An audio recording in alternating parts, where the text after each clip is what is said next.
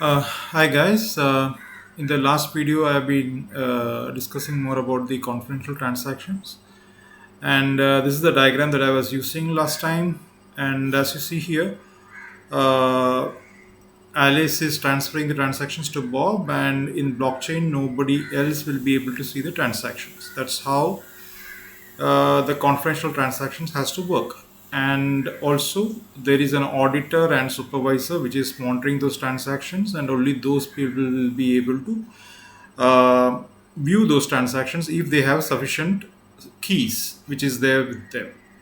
And this can be possible based on the Pedersen commitment. And so in this video I'll be saying more about the Pedersen commitment schemes.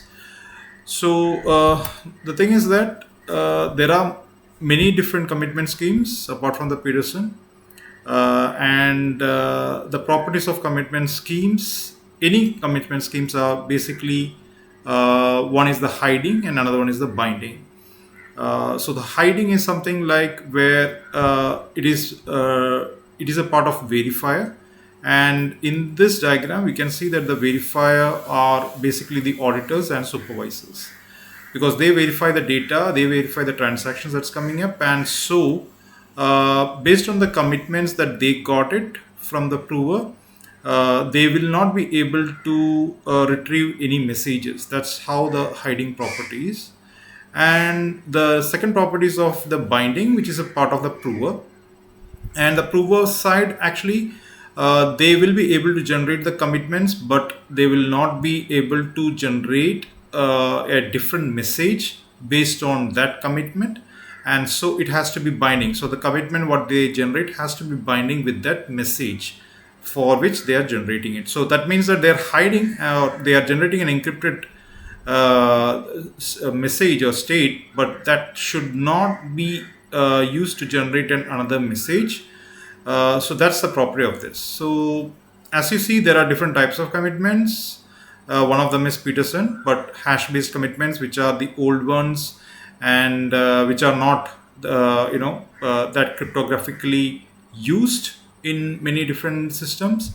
Hash-based commitments using these salt-related parameters that they use it, and they are basically both computationally hiding and binding. That is one of the disadvantages that they have. That means that if you have a strong computer, if the attackers have strong computing resources, they will be able to get the messages from the commitment, and also they will be able to generate a new message from the commitment. So both the hiding and binding can be destroyed with the with the attackers having good computational resources. So that's why it says that it is having the both computationally hiding and binding. Algamal is one of the good commitment scheme, and it has a computationally hiding and perfectly binding. That means that, as we said, it is a good thing from the prover's perspective. That means that it is perfectly binding. That means you will not be able to generate a different message from the same commitment. But hiding, it is slightly compromised with some unbounded actors that can come up, and with their higher computation resources, it will be able to manipulate it, and they will be able to gather more details from the commitment scheme. But from the Pedersen's case, it's something like it is perfectly hiding. That means that from the verify side, it is good that whatever the commitments that is being passed on from, in this case, from Alice to Bob, it will be verified correctly by the auditor and supervisors. So that's why in this case we use the Pedersen commitment schemes, and also modified Elgamal scheme, which will make the passing of data as secure as possible, where the prover and verifier, with a dishonest way, they will not be able to modify it. So that's how the Elgamal and Pedersen are being used right now. But as of now, we will be discussing more about the Pedersen, and in the later videos, we will discuss about the Elgamal and the modified versions of Elgamal. So Pedersen commitment, it's basically like You have the larger prime numbers P and Q. It has been generated, and I will show you the code of how it works. And based on those two larger prime numbers, we are using prime numbers, and we are uh, generating a generator based on that, which will follow certain conditions, like which is of the generator G, which is of the order of Q, and a subgroup of this Z to the order of P. So that's one of the things that I will be showing in the code, that how it is done. And the secret, which is the message that's been passed on, that will be generated from 0 to Z to the order of Q. So the thing is that, yes, based on the secret is something which has to be hidden from the from the destination user or from the receiver. So the sender only knows the secret, and based on this parameters which we have, like G and the secret and the P, we will be able to calculate the H, which is going to be used in generating the commitment, as you see it in the third point, where the sender now creates a commitment for a message, and for that to happen, you need to have G, M, H, R is the random number, and the P, which has been generated in the first step. So we will use some security numbers to generate the Q, and that I will be showing you in the code. And this will be passed on to the commitment. I mean, this commitment will be passed on to the receiver, where the sender will then reveal the M and R, which are the the messages and the random number, where the receiver will be able to verify that whether the commitment that's been passed on is similar or not. So thing is that based on the M, R and P, the receiver will be able to verify the commitment which has been passed on has been done in a proper way. But anyways, I will show you the use case. This is something different. This is a use case that can be seen here. So Alice is passing a commitment to the Bob, and let's say, like, Alice is voting for a particular election date, and Alice has voted to the Bob, and that is being generated as a commitment, and it is stored in the ledger, but it is not revealed to the Bob till the election date is over. So the commitment will be staying there, and Eve will not be able to, Eve, which is an third party user, which is not part of this particular transaction, let's say like a public or a attacker, is trying to get it something from commitment C, but it is in an encrypted state, and she will not be able to see anything out of it. So she is trying to get the secret from the commitment C, but it fails. So now later, once the election is over, Alice is going to reveal that what is the commitment, what type of value, what type of vote she has done. Like Alice has voted to Bob or not, that is been revealed here in the form of M, which is the secret, and the random number, that is the random number which was used to the Alice. So Bob will compare the commitment. Bob has the commitment, but he needs to verify that whether the voting was done in a proper way, or like Alice has really voted for Bob or not, so that he will be able to compare it between this commitment which is stored in the ledger and using this formula, which is the last one. Then the fourth point that you see here, C equal to G to the power of M, H to the power of R, mod P. So that he's able to compute that, and based on that the verification is done.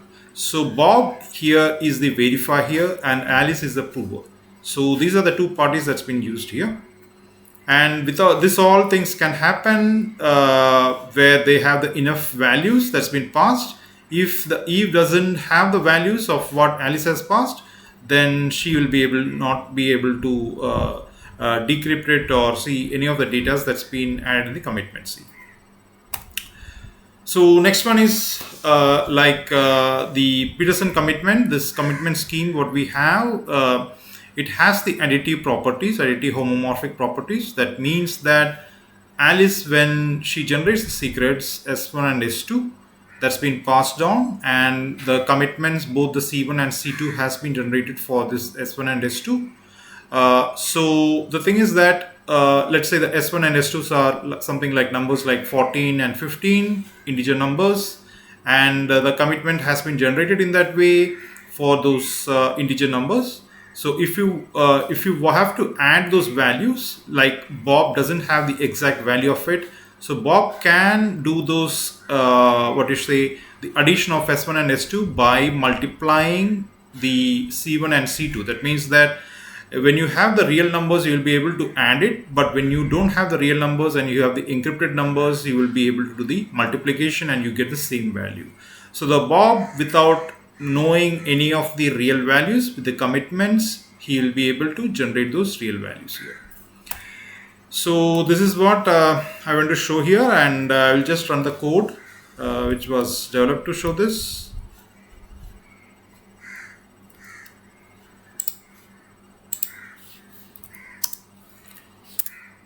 You can see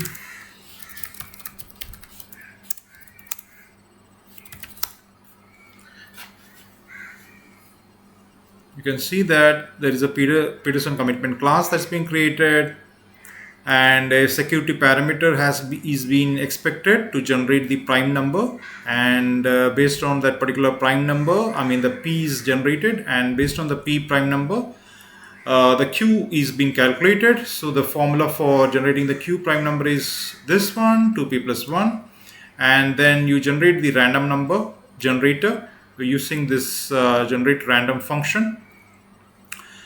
There is a whole logic that's been written here, and if somebody needs this code, please let me know and I'll be able to share this.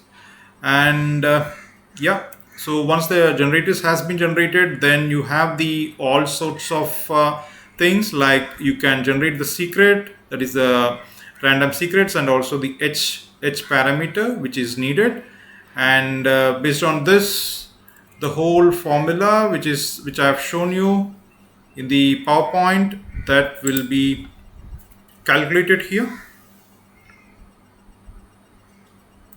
So as you see here in the example, these are the exact messages that Alice is passing to the Bob, 500, 100 and 600, and this is not passed in this way. This is passed in the form of commitment actually.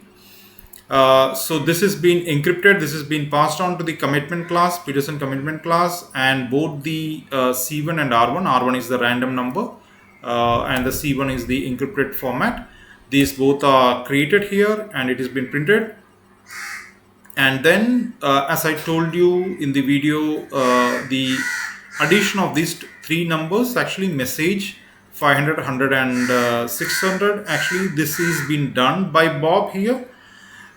Just like, yes, through the commitments without passing the exact values, and then this has been verified with the exact numbers that's been passed on from the Alice. There is a messages later on, but if the AddCM, which contains the encrypted value computation, if those if those values are matching with the real numbers that's been passed from the Alice, then it means that the verification is successful. So this is the verifier what he does it to verify that whether the Alice has passed the same numbers or not. So just we will run it and we will see how it works.